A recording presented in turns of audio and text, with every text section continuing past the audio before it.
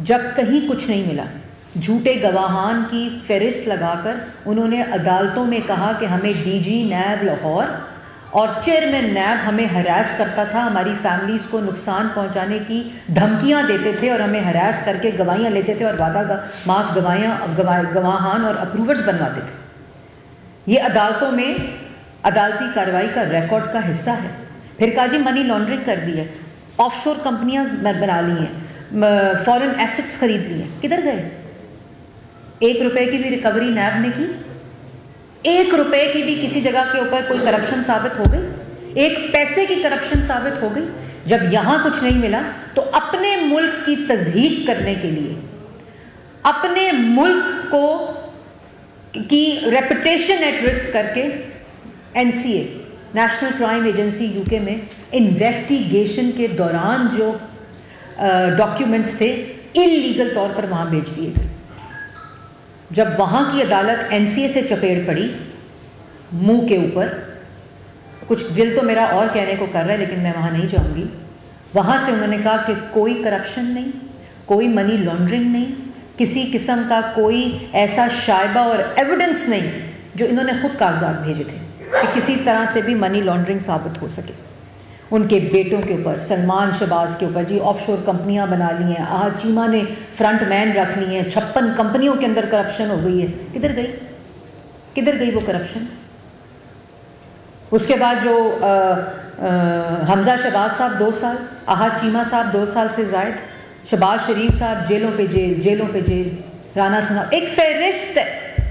سعد رفیق کے کیس میں supreme court نے کہا کہ یہ جھوٹے مقدمے پولیٹیکل انجینئرنگ کے لیے استعمال کیے جا رہے ہیں۔ اسی کیس میں جو آشیانہ کی کل بریت ہوئی ہے، اسی کیس کے اندر اپنے دور حکومت میں 2019 میں سپریم کورٹ میں چیلنج کر دیا یہ فیصلہ، وہاں سے بھی وڈرا کر لیا اپنا فیصلہ کیونکہ اپنے پاس کچھ نہیں تھا۔ اور آپ کو یاد ہوگا، ہم تو آج پھر یہاں بیٹھے ہیں، میں اسی جگہ پر بیٹھ کر پاکستان کی عوام سے مخاطب ہوں۔ کدھر ہیں وہ چہرے جو وزیر اعظم ہاؤس میں بیٹھ کر لوگوں کی فیملیز کے اوپر کو تضحیک، ان کی بےزتی، ان کی پگڑیاں اچھالنے کے لیے پلاننگ کرتے تھے، PID میں بیٹھ کر گرافس دکھا کر لوگوں کو گمراہ کرتے تھے، جھوٹے کیسز بناتے تھے، جھوٹی انفارمیشن دیتے تھے؟ کدھر ہیں وہ چہرے؟ کیوں نہیں بیٹھے ہوئے آج وہ سامنے عوام کے؟ ہم تو اپوزیشن کے دور میں جب ان کیسوں کے مقابلے ان کیسز کے کر رہے تھے، کھڑے ہو کے نیب کی عدالت کے باہر ہم پریس ٹاکس کرتے تھے، کھڑے ہو کے پریس کلبز میں پریس ٹاکس کرتے تھے۔ کدھر ہیں وہ چہرے آج؟ مجھے تو کوئی چہرہ نظر نہیں آتا۔ اور اس کے باوجود وہاں PM ہاؤس کے اندر طیبہ گل کو اغوا کر کے بیٹھ گئے۔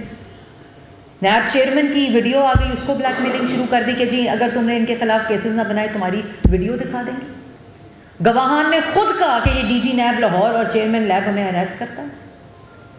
وزیر اعظم ہاؤس میں بیٹھ کر شہباز شریف صاحب کی بیٹیوں کے گھروں کے اندر نیب کی اور رینجرز کے لوگوں کو حملے کروائے۔ مریم نواز شریف صاحبہ PM ہاؤس کے اندر بیٹھ کر وہ شخص جس کا نام شہزاد اکبر ہے، مجھے تکلیف ہوتی ہے اس شخص کا نام لیتے ہوئے، میں اپنی بےزتی محسوس کرتی ہوں اس شخص کا نام لیتے ہوئے۔